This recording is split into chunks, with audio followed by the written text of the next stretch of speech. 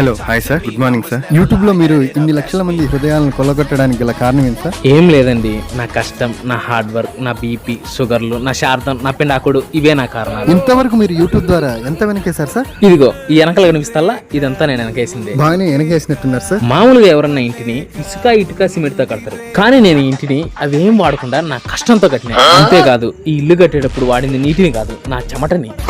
చాలా కష్టపడ్డారు sir. Sir, మీ కష్టం వెనుక మీ నాన్నగారు లేరా? ఎందుకు లేరండి, మా నాన్నగారు ఎక్కువ తాగి పడిపోయినప్పుడు ఇంటికి తీసుకొచ్చేటప్పుడు నా భుజం మీద ఉన్నాడు. తాగింది ఎక్కువ ఎవరితో నా గొడవ పడినప్పుడు స్టేషన్కి పోతే స్టేషన్ లో నా పక్కనే ఉంటాడు. ఏయ్, నానా నీ గురించి చెప్తానా నానా? నేను మొత్తం విన్నారా? కెమెరా ఆన్ చేసేసాలు ఎక్కడ లేని ఎచ్చల కొత్తలన్నీ బయటకు వస్తాయి.